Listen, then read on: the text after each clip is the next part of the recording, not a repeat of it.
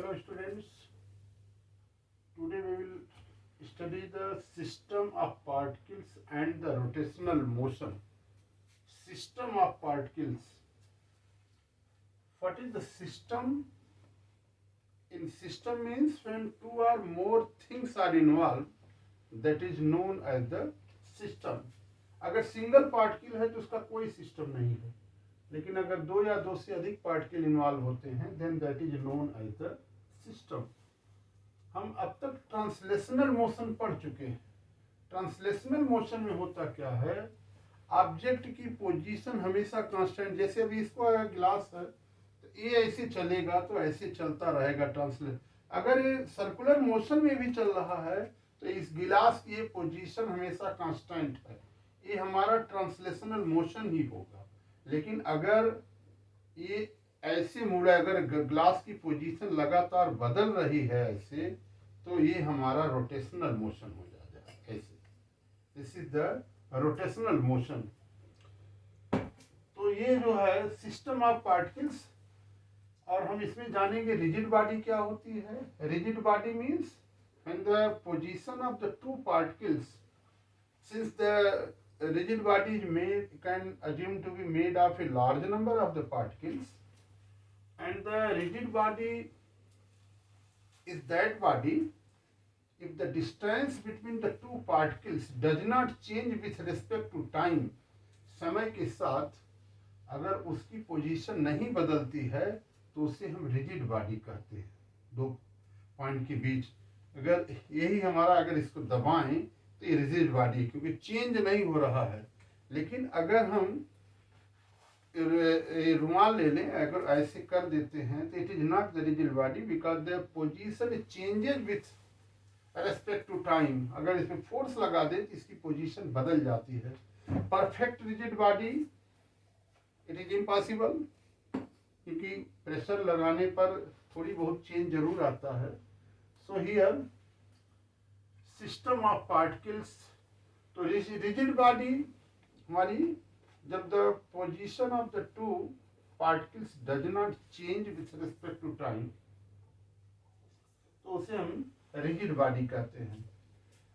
In system of particles और rotational motion में हम पढ़ेंगे centre of mass. Centre of मास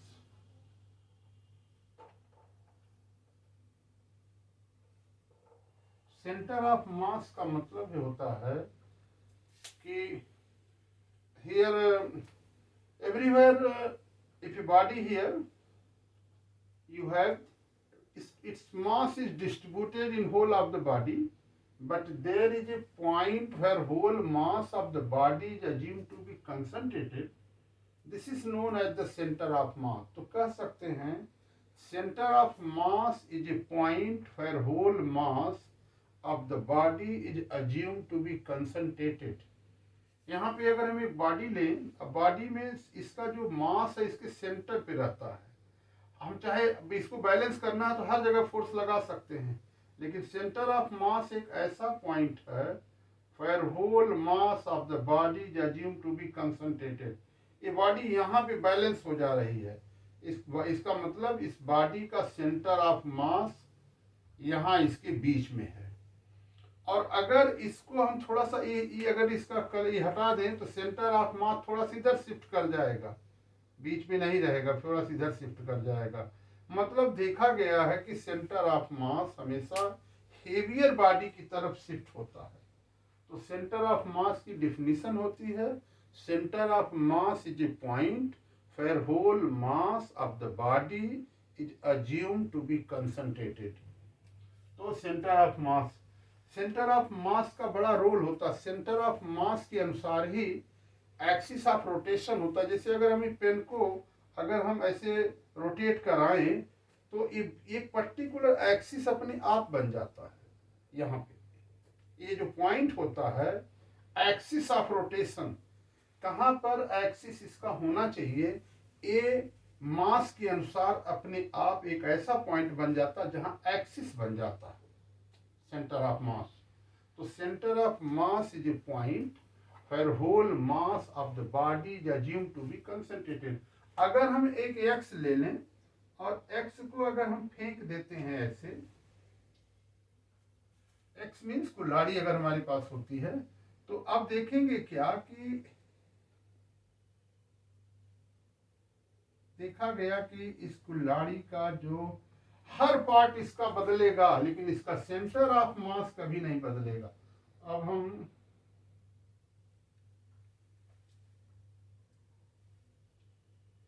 मतलब हर पार्ट का पोजीशन बदलेगी, लेकिन जो सेंटर ऑफ मास होता है वो हमेशा ये अपना एक डिफिनिट पाथ तय पे, तो सेंटर ऑफ मास उसका कहाँ होता है, बीच में होता है हर होल मास। तो हर पार्ट इसका इधर उधर बदलेगा, लेकिन centre of mass always travels a parabolic path. ये पोजीशन हमेशा एक पैराबोलिक पाथ पर जाता है। इसी तरह से अगर एक क्रैकर्स है, इसके हर पार्ट इधर उधर चले जाएंगे, इधर उधर, लेकिन उसका जो सेंटर ऑफ मास है that always travels a parabolic mass. तो ये हमारा होता है। अगर हम अर्थ और मून सिस्टम की बात करें तो हम देखते हैं कि सन हमारा बीच में कहीं पे है और सन का चक्कर अर्थ कर रही, और अर्थ हमारे ये जो है मून अर्थ का चक्कर करता है।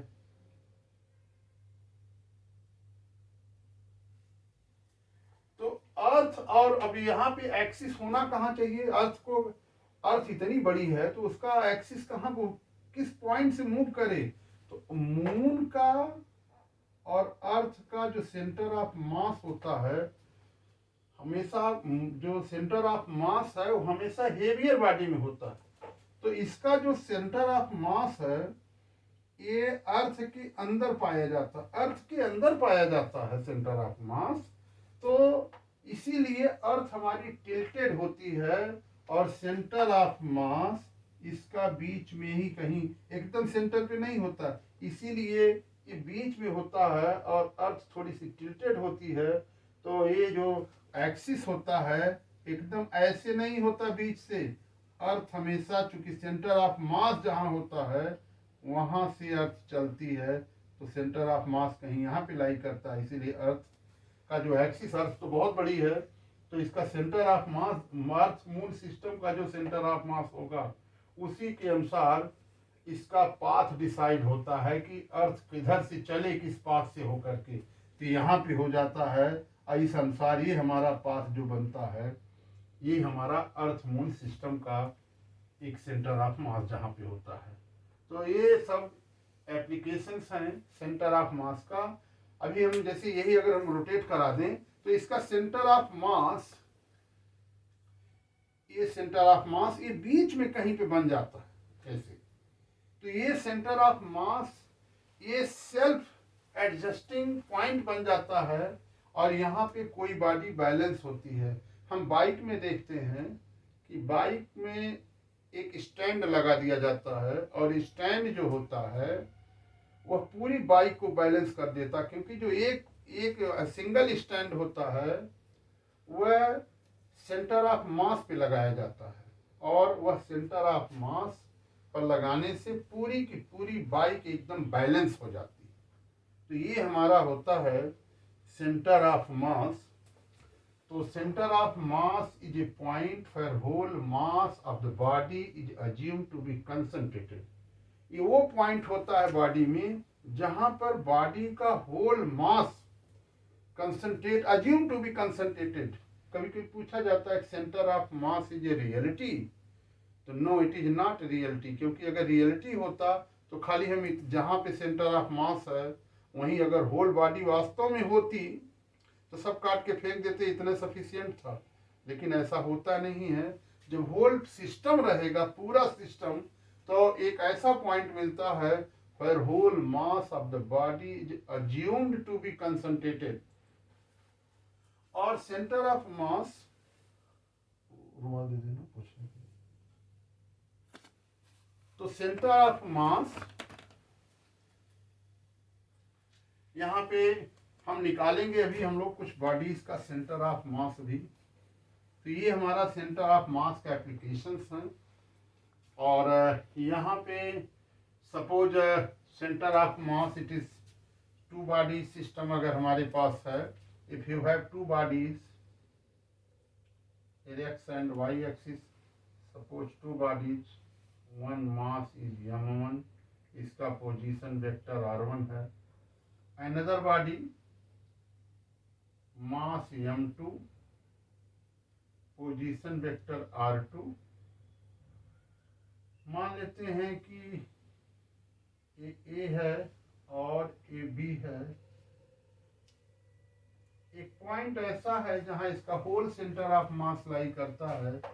मान लेते हैं इसका position vector RCM, centre of मास, इसको हम R कहते हैं।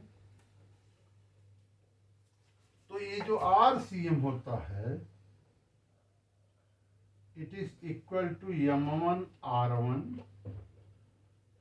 Plus m2 r2 upon m1 plus m2। ये हमारा फार्मूला होता है सेंटर ऑफ मास का। If two body having the masses m1 and m2, if m1 का कोऑर्डिनेट अगर x1 y1 है, m1 coordinate is x1 y1 और m2 का कोऑर्डिनेट अगर x2 y2 है, तो we can write as r1 is equal to r1 it is equal to x1i y1j and r2 is equal to x2i plus y2j. If we put the value here and xy be the coordinate of the center of mass, so we will write as RCM it is equal to xi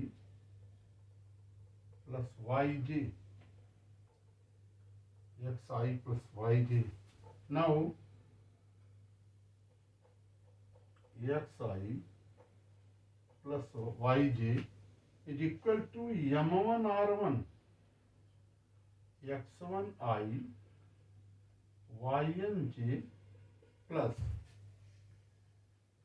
m2 x2i plus y2j upon m1 plus m2. Here, if we compare, this implies that xi plus yj is equal to m1 x1i m2 x2i। तो लिख सकते हैं m1 x1 plus m2 x2i upon here plus m1 y1 plus m2 y2 j upon m1 plus m2 plus m2। तो ये हमारे पास अब if we compare I and j component, then we find that x is equal to x m1 x1 here m1 x1 plus m2 x2 upon m1 plus m2। इसको हम x को xcm कहेंगे। And इसी तरह से y हमारे पास है m1 y1 plus m2 y2 upon m1 plus m2। ये टू पार्टिकल सिस्टम के लिए है, इसको हम y को ycm कह सकते हैं। इसी तरह से अगर हम z कंपोनेंट लेते हैं तो we can right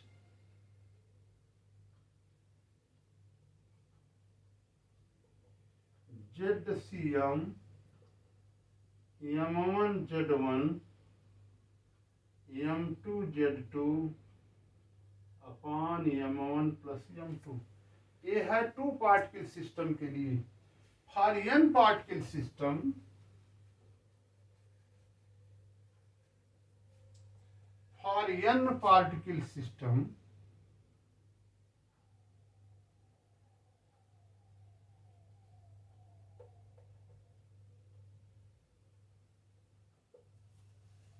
n particle system,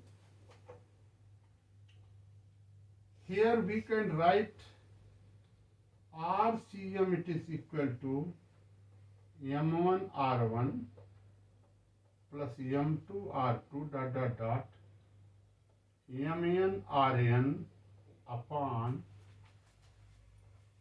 m1 plus m2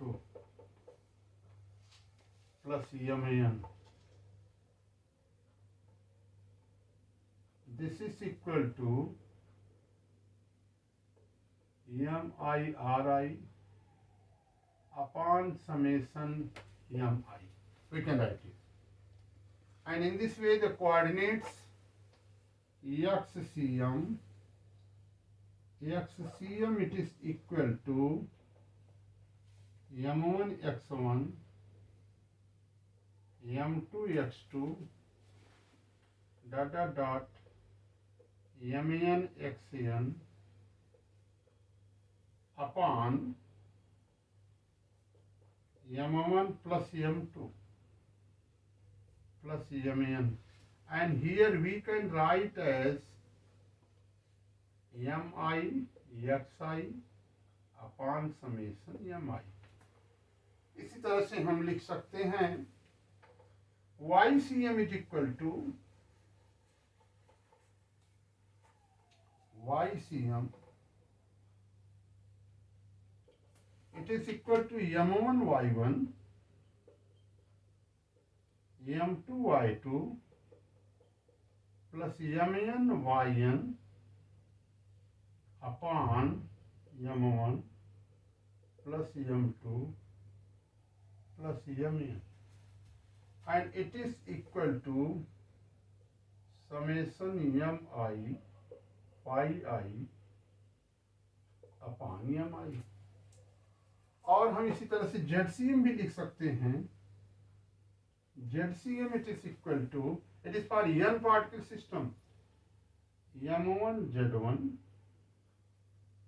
m2 z2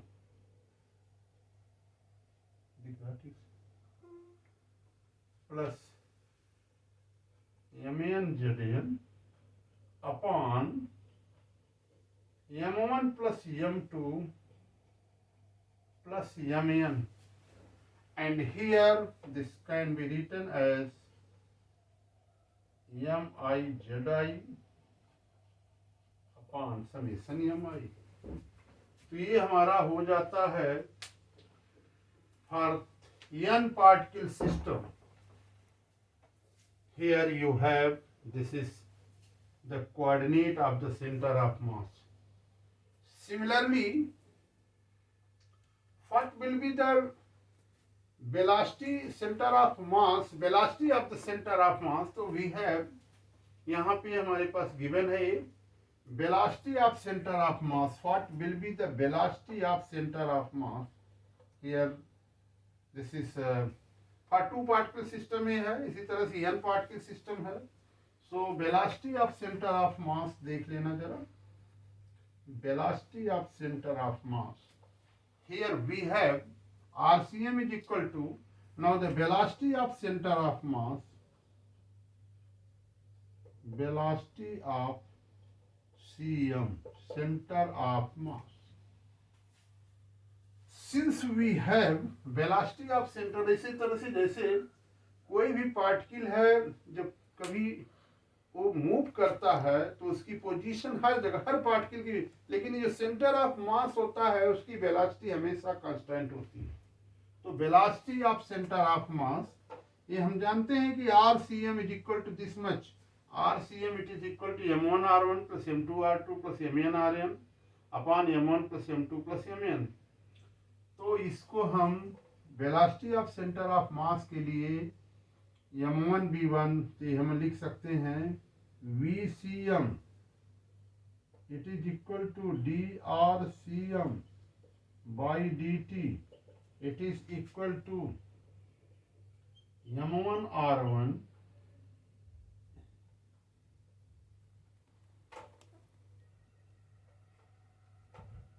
ये हमारे पास हो जाएगा m1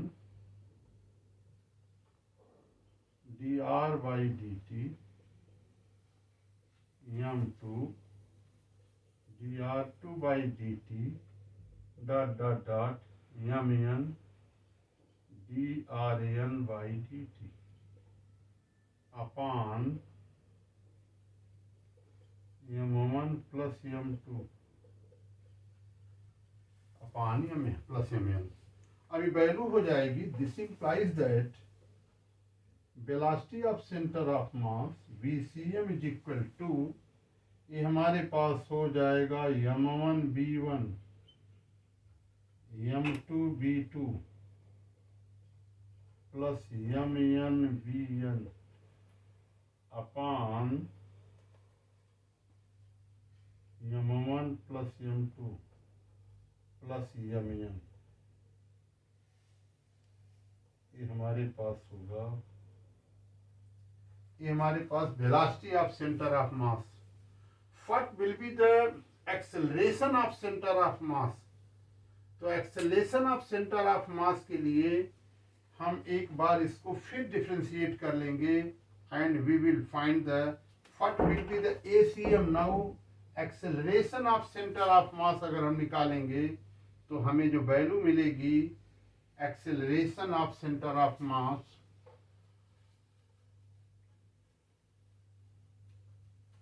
इसके बाद हम लोग देखेंगे acceleration of centre of mass.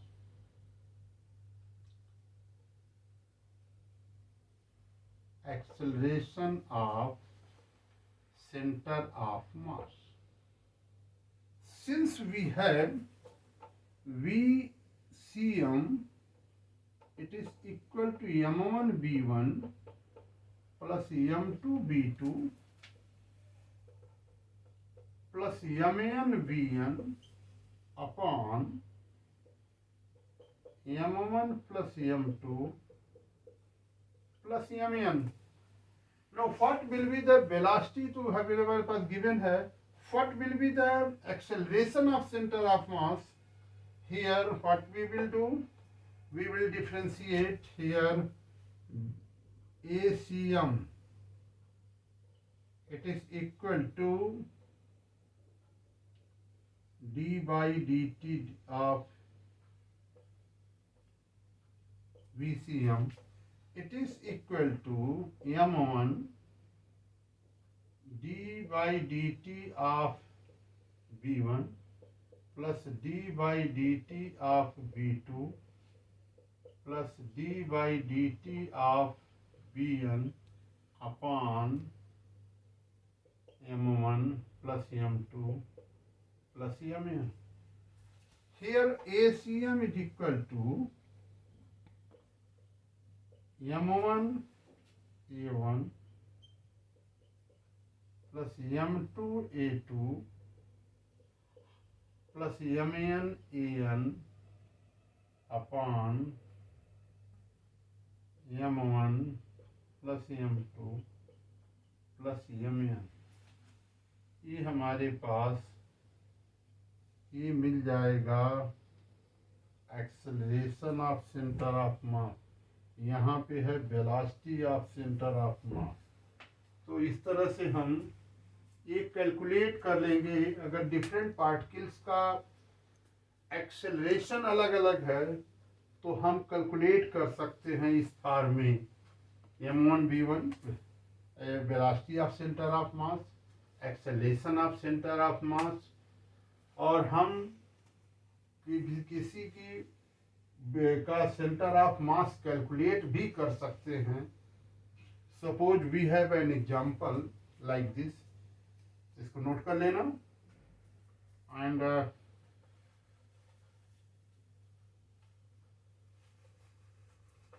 what will be the center of mass of three particles.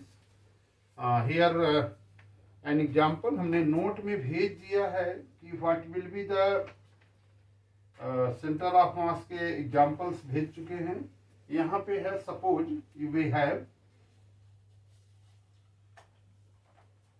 Three particle system and the mass 3 kg, 4 kg, 5 kg. We have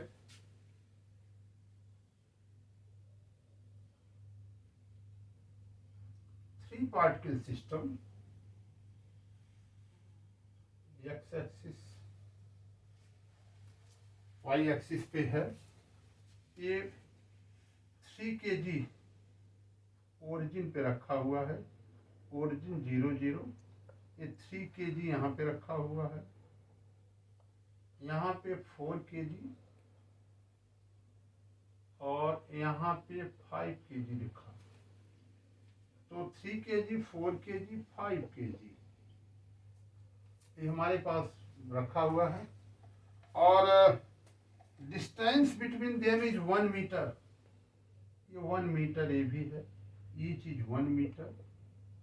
मतलब इक्विलेटरल ट्रायंगल के वर्टेक्स पे रखा हुआ है. What will be its centre of mass. तो हमें ध्यान रखें कि सेंटर ऑफ मास में पहले तीनों पॉइंट जहाँ जहाँ रखेंगे उसके कोऑर्डिनेट चाहिए. यहाँ 0 0 होगा, यहाँ का होगा 1 0 कोऑर्डिनेट.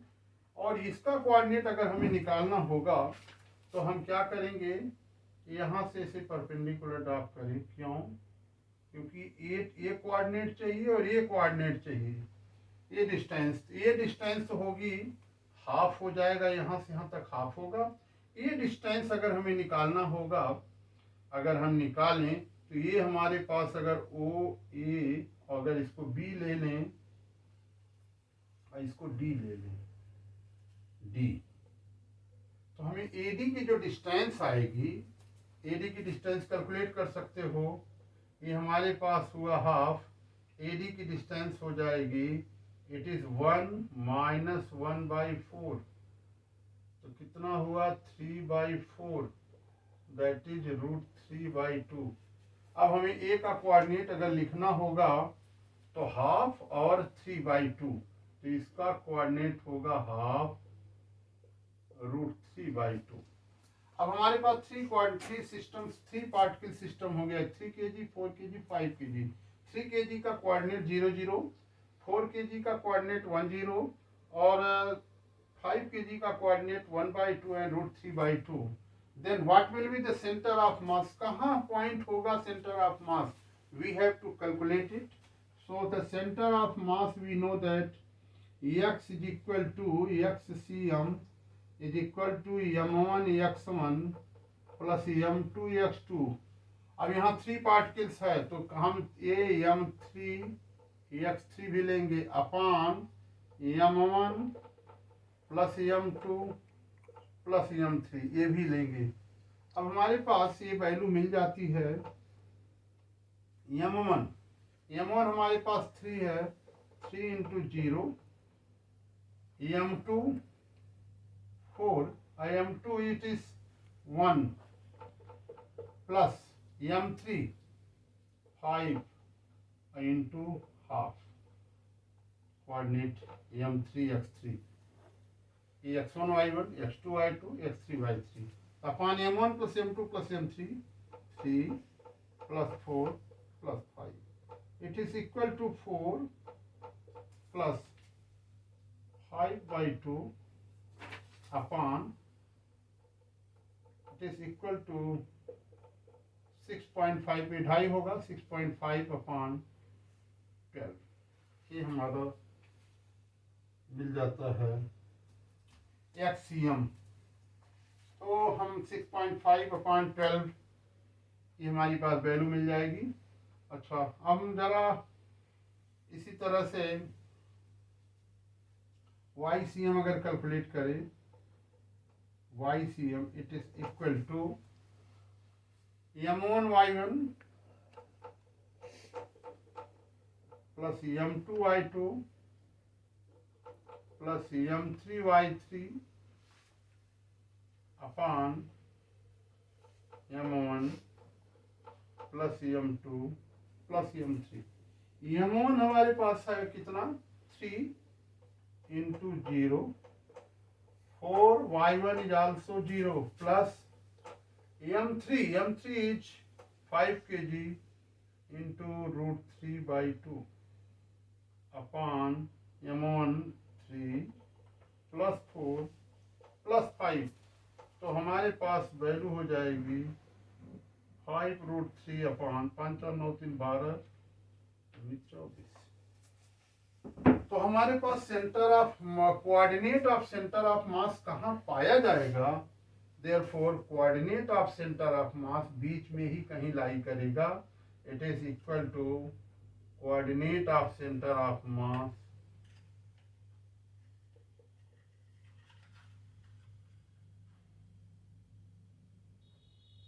की वैल्यू हमारे पास हो जाएगी 6.5 12 and 5 root 3 upon 24। तो ये हमारे पास ये वैल्यू हमें मिल जाएगी इस तरह से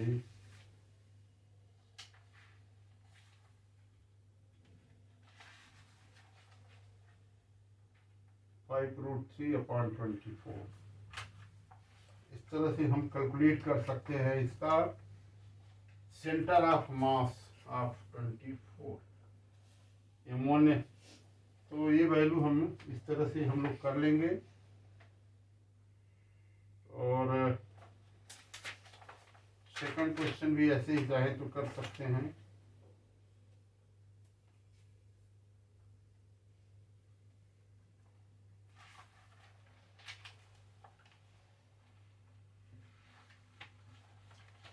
तो ये हमारा मिल गया। इस तरह से सेंटर ऑफ मास हम लोग कैलकुलेट कर सकते हैं। और भी कई एग्जांपल्स हमारे पास हैं और एक एग्जांपल और है, जैसे दिया है कि यल शेप्ड का लैमिना है। We have a lamina of L shaped. देखना जरा, एग्जांपल बुक में गिवन है।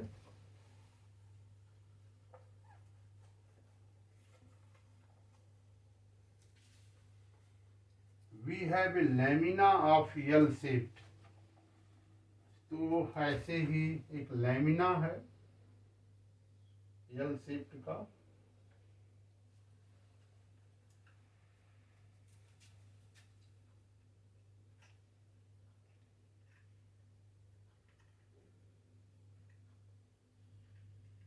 अब ये हमारे पास लैमिना है, इसका हमें सेंटर ऑफ मास चाहिए। ए और ए बराबर है। अब हम करेंगे क्या, इसको ऐसे मिला लें।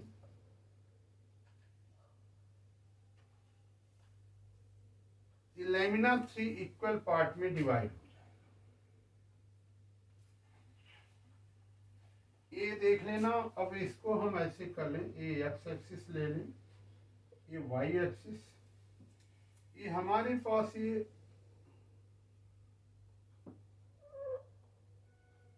ओरिजिन होता है। Lamina can be assume to be divided in 3 parts.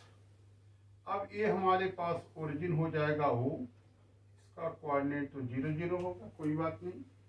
ये हमारे पास 2 सेंटीमीटर है। ये 2 मीटर का जो भी लैमिना है 2 मीटर ले सकते हैं। तो ये हो गया 2 0, इसका कोऑर्डिनेट 2 है। अब हम क्या कर लें कि 3 इक्वल पार्ट में डिवाइड हो गया, तो सबका मास यम यम यम है। Each mass is M, no problem. पूरे का मास इक्वल होगा और हम इसके कोऑर्डिनेट्स लिख डालते हैं। What will be the centre of mass, where the centre of mass will lie here. तो यहाँ पे हम क्या करेंगे, ये देखो 1 होगा, तो इसके बीच में जो भी कभी स्क्वायर होता है इसका सेंटर ऑफ मास उसके डायगोनल पे होता है। तो ये हमारे पास इसका डायगोनल यहाँ से यहाँ बीच में कहीं रहेगा और ये वैल्यू हमारे पास होगी।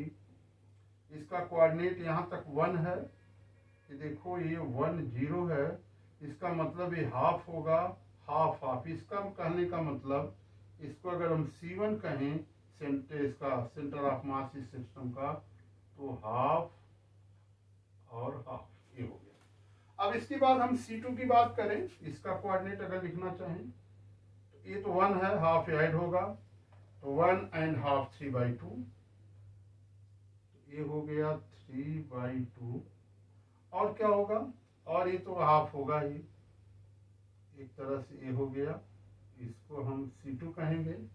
अब इसी तरह से अगर हम इसका कोऑर्डिनेट लिखना चाहें तो यहाँ से यहाँ तक हाफ, लेकिन 1 and half, तो कहने का मतलब इसका कोऑर्डिनेट होगा हाफ एंड 3/2, इसको C3 कहेंगे। अब हम तीन पार्टिकल अज्यूम करेंगे, एक का मास m है, तीनों का मास m है, तीनों तीन जगह एग्जिस्ट कर रहे हैं।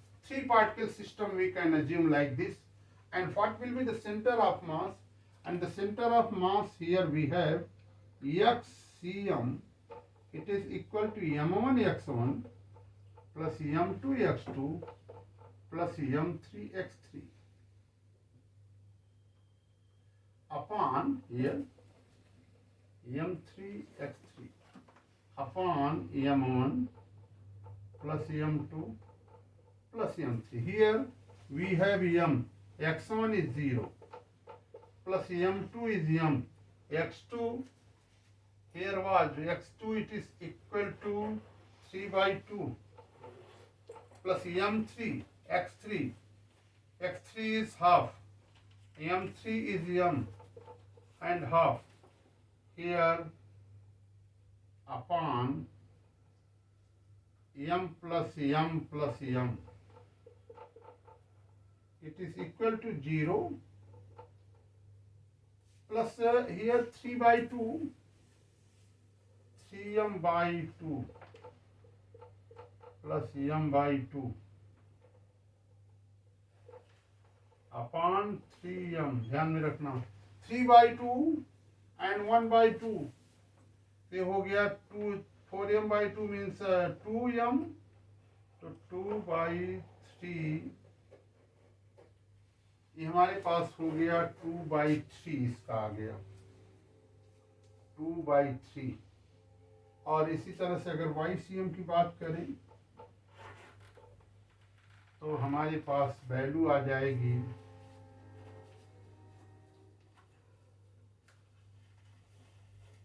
YCM, तो हो जाएगा YCM और ये m1y1 प्लस m2y2, यहाँ भी वही लिखेंगे m1y1, m1 हमारे पास क्या है, m1y1 plus m2y2 plus m3y3